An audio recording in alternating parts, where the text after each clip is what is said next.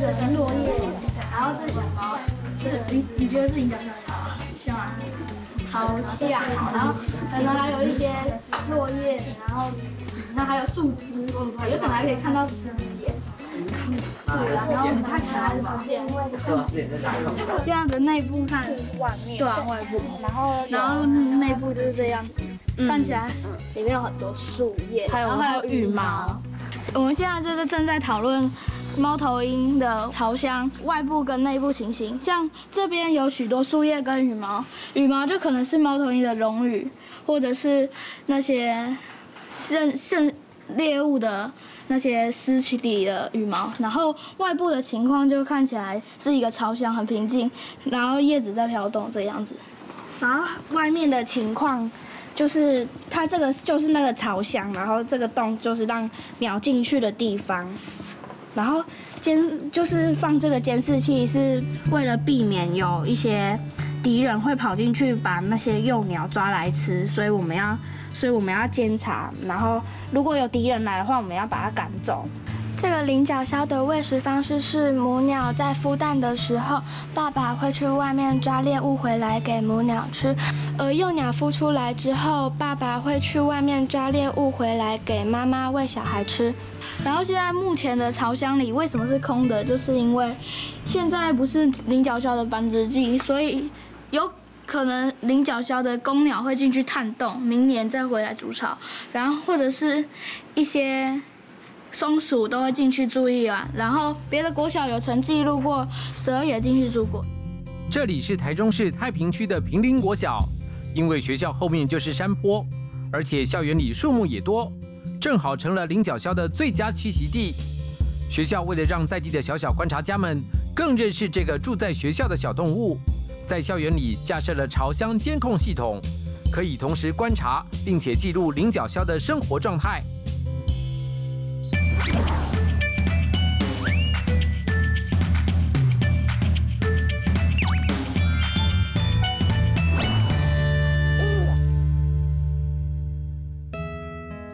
我们现在位在平林国小的印度子弹下，然后这个是菱角鸮的巢箱。菱角鸮的生活环境分布在中海拔跟低海拔都可以看得到，为全台湾低海拔最常见的猫头鹰。在我们校园里，因为树比外面的社区那些树比较密集，所以校园可以看到菱角鸮的机会会更多。菱角鸮是属于夜行性动物，因为它是夜行性动物，所以呢，它会捕食一些夜行性的昆虫啊、鸟类啊，然后蜥蜴之类的生物，它都会捕食。它也会偷袭在睡觉的鸟，像麻雀、斑鸠还有红鸠，它都会在趁它们睡觉的时候偷袭。有的比较凶猛的菱角鸮就可能会去捕食一些小型蛇类的幼蛇。像这个巢箱呢，它就是我们学校自己制作的一个彩绘的巢箱。我是平林国小6年3班的谢玉万。我觉得自然就是世界原本就有的东西。我觉得太平最自然的地方就是有很多的山，因为山里面有许多的树，也有许多的动物，所以非常的自然。那外面有一些彩绘是让我们自己观看的，因为菱角鸮它的视野是黑白的，所以它看不出来，所以我们就可以在外面彩绘。然后这里有一个洞，是让我们可以模仿树洞，让那个菱角鸮进出的。然后上面还有一个盖子，就是它可以打开，让我们方便观察。然后这里有个排水的缝，如果下雨天淹水的话，水可以从这个缝排出来，这样它就不会泡在水里了。学校为什么要设置巢箱？就是因为现在的树一直被砍掉，天然的树洞也越来越少了。而菱角鸮它又不会自己筑巢，需要让我们人类来帮它筑巢，让它繁衍下一代。我们学校共有2个巢箱，一个是在这里，一个是在那边的凤凰木树上。我看过最多共有4只猫头鹰宝宝，这3年来都是同一只猫头鹰妈妈来这边繁殖。台湾其实有许多不同种类的猫头鹰，菱角鸮就是其中一种。它们会栖息在低海拔的阔叶林，是最靠近人类的猫头鹰哦。也由于它们的栖地大多与人类活动的范围很靠近，所以领角鸮的居住环境很容易遭到破坏。于是人们就帮不会筑巢的领角鸮在校园里设置巢箱，让领角鸮栖息繁衍。小观察家们觉得这样自然不自然呢？我觉得非常自然，因为猫头鹰本身就是不会筑巢的鸟类。如果我们不建造这种巢箱的话，它可能会到水沟的角落啊，要不然就是房子的屋檐上面筑巢。猫头鹰它的眼睛在世界只能看到黑白而已，所以我们在巢箱画任何颜色，它也看不清楚。所以我觉得这样做是非常自然的事情。我觉得自然，因为现在树越来越少了，所以树洞也会越来越少。树洞越来越少的话，那么猫头鹰就会找不到巢。但是如果它找不到巢的话，它就会找一些人工建筑物过去。但是这样就变得更不自然了，所以我们应该要做一个巢箱给它，让它变得更自然。我觉得不自然。我是太平国中1年级谢吉豪。我觉得自然是只要不是人为的，就是自然。我觉得太平最自然的就是坪林森林公园，因为公园里面有很多树。因为我觉得猫头鹰要自己去找自然的树洞，这样会比较自然。我觉得有点自然，有点不自然。我是坪林国小6年3班的张勋宇。我觉得自然是不是人工做的，是它自己长出来的。我觉得太平最自然的是山，因为山里面的树都是自己长出来的。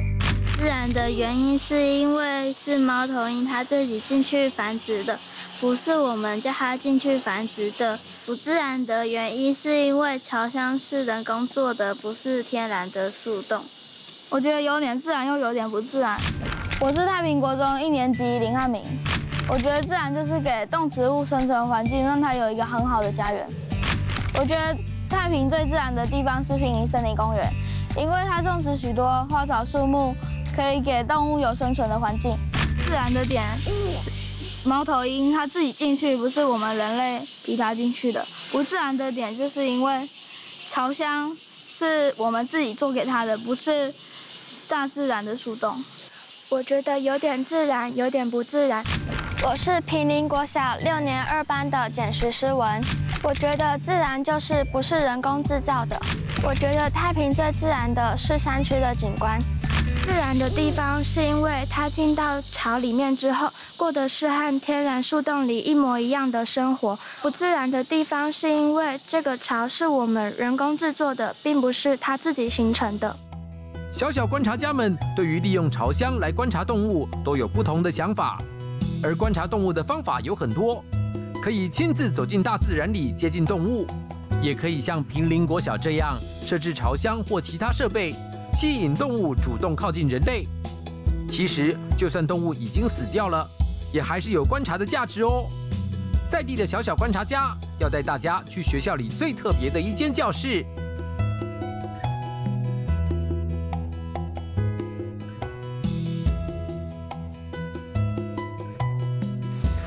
我们现在正在刷这些标本的羽毛，我们用这个小刷子刷这个，轻轻的刷下去，这样可以把里面的被虫咬的一些东西都把它刷出来。我们刷标本也要有方法的，我们要平着刷，才不会避免它的毛这样就会往上翘，这样标本给大家看的时候就会不好看。现在位在坪林国小的标本教室，这边是鸟类标本，然后这边是蛇类标本和骨骼标本，还有蟹类标本，然后底下有蛋类的标本跟浸泡标本。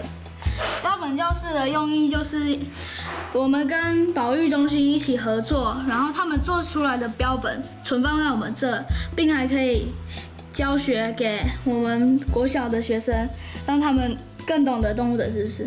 这是标本教室的第一种保存方式，我们称为荔枝保存方式。我是坪林国小6年3班的许博轩。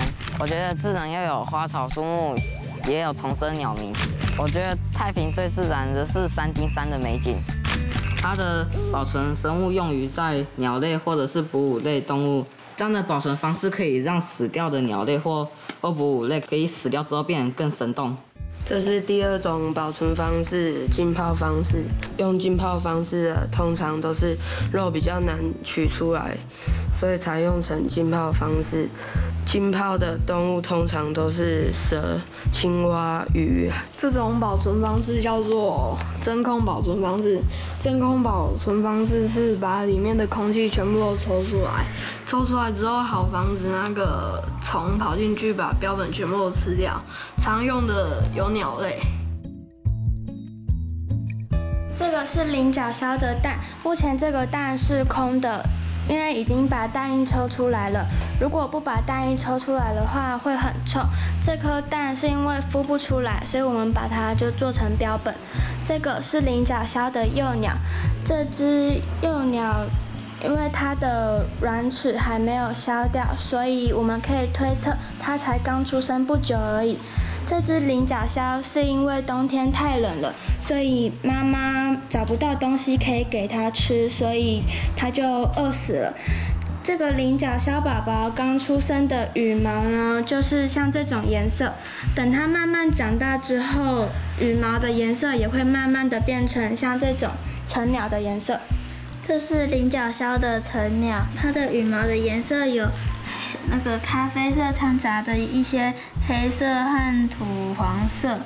菱角鸮的翅膀有消音器，大概是在这边，还有这边。它的消音器是为了让它在晚上捕捉猎物时，不让猎物察觉到有动物要吃它。这些动物标本都是用自然死亡或是意外死亡的动物做成的。透过不同的保存技术，将死掉的动物做成标本。那么，小小观察家们觉得这样自然不自然呢？我觉得很自然。自然的原因是因为它已经死掉了，我们人类把它做成标本，可以让我们学习和观看。我觉得很自然，因为把动物的尸体做成标本，可以提供我们观看和研究。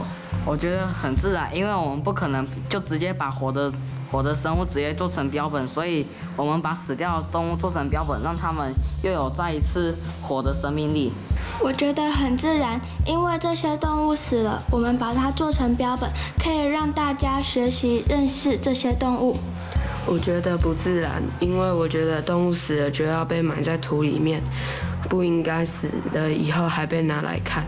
我觉得有点自然又有点不自然。自然就是因为我们将动物的尸体做成标本，然后给大家参观观摩使用。不自然的就是因为用标本做的材料是棉花，还有我们还会用一些东西用针用线把它缝起来，所以我觉得这样比较不自然。接下来，小小观察家要带我们离开学校，去另一个可以观察菱角鸮的地方。在那里，不仅可以观察菱角鸮，还是小小观察家们放学下课的最佳游乐场。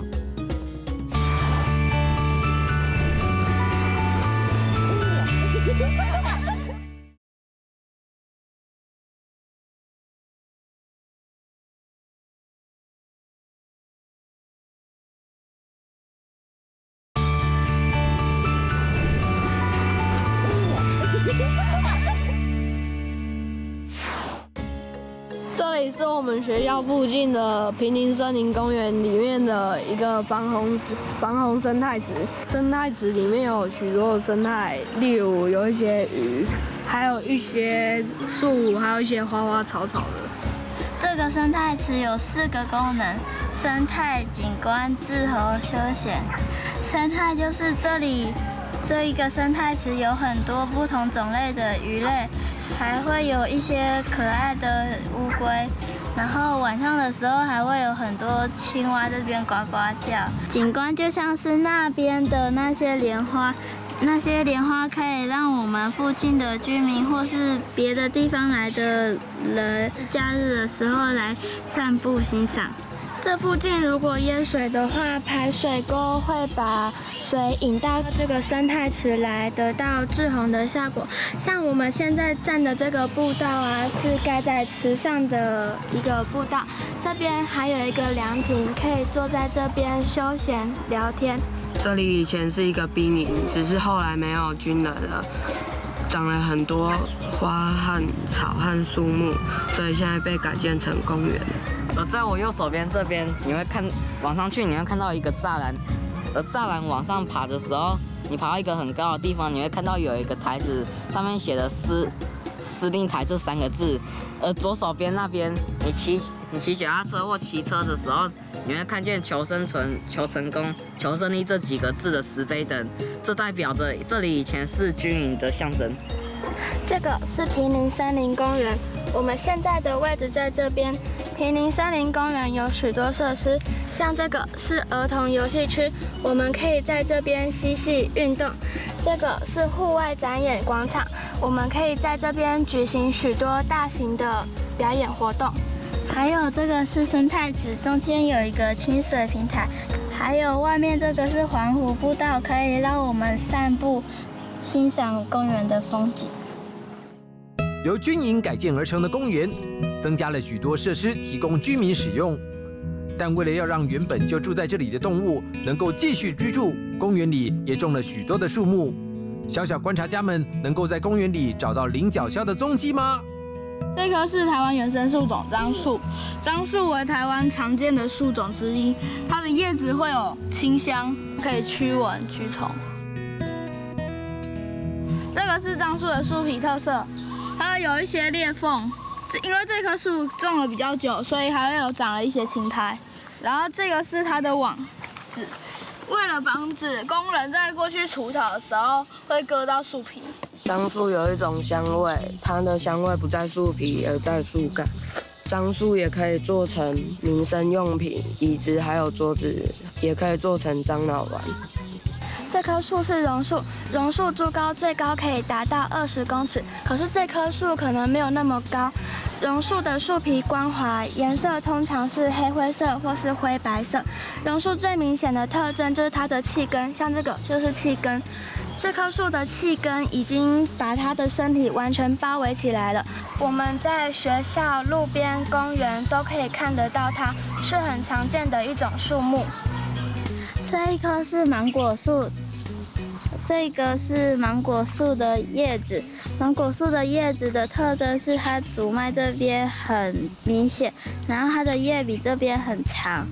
在这个公园里，这些芒果都是土芒果，像是这一棵还有那几棵。这一棵芒果树的叶子几乎都是绿色的，还有一些是红色的。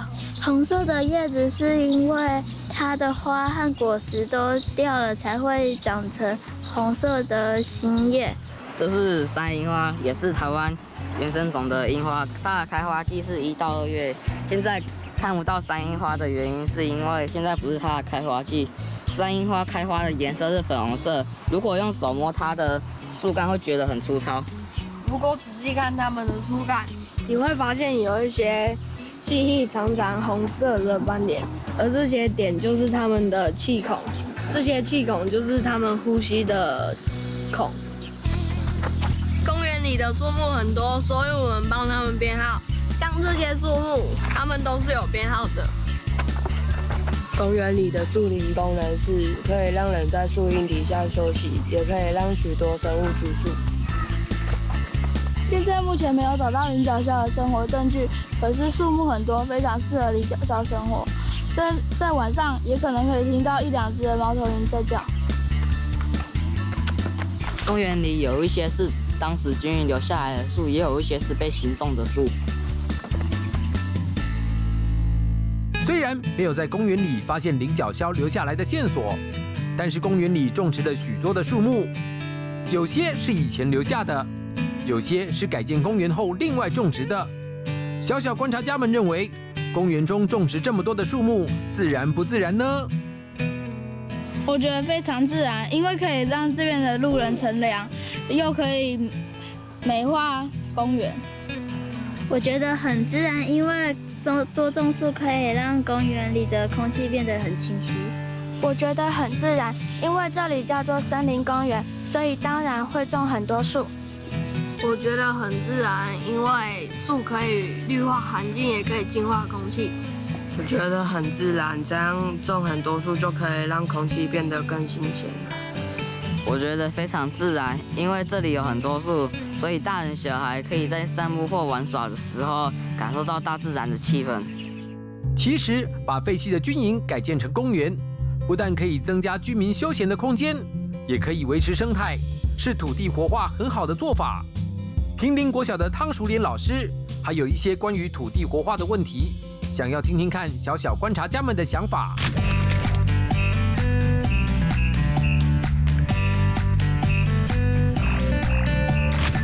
各位同学，我们都知道平林森林公园以前它是一座营区，可是因为最近军人人数的锐减，所以它就变成一个闲置的空间。那这个闲置的土地呢，政府它可以规划成，它可以做成公园，它也可以盖公寓，它甚至可以规划成其他的游乐设施。可是我们现在规划成森林公园，你觉得这样子的公园自然不自然呢？我觉得很自然，因为盖这个公园可以让我们在这边散步休闲。我觉得盖平林森林公园非常自然，因为可以建造许多花草树木，然后可以让动物栖息。我觉得很自然，因为这边很多树，所以我们也不用花大笔钱买一些饰品来装饰这个公园。我觉得很自然，因为这里有许多树木可以净化空气。我觉得很自然，因为把这块土地建造成公园，可以让大家来这边做许多休闲活动。那在这个公园里面，又有哪些你是觉得是自然的，又有哪些是不自然的？我觉得自然的地方就是这些草，还有这些树木；不自然的地方就是停车场、车子、马路，还有收费站。自然的就是这些花草树木跟动物，不自然的就是马路、汽车、停车场，还有一些被放生出来的外来种红耳龟。我觉得这里最自然的地方就是生态池，最不自然的地方就是停车场，因为里面有很多车，会有噪音，也有空气污染。我觉得这个公园最自然的就是有很多树和花和草，然后最不自然的就是停车场，因为会有很多车进来，就会有很多废气。我觉得自然的地方是在这边活动的动物和昆虫，不自然的地方是车子还有马路。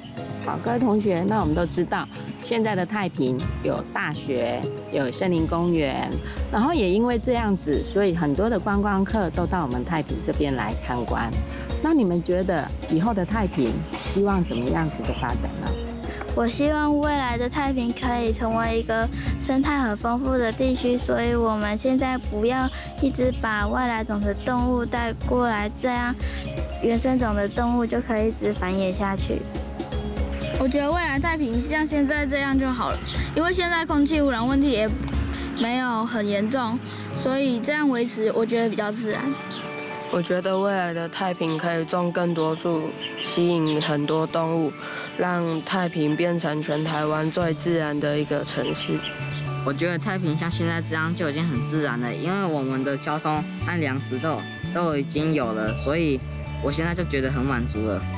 我觉得太平以后可以再多盖一点森林公园，因为像现在这样树很多，然后生态池里面有很多鱼，我觉得这样就非常自然了。除了透过书本来认识各种动物之外，亲自走进大自然，看见动物们活动，可以让我们更爱护它们。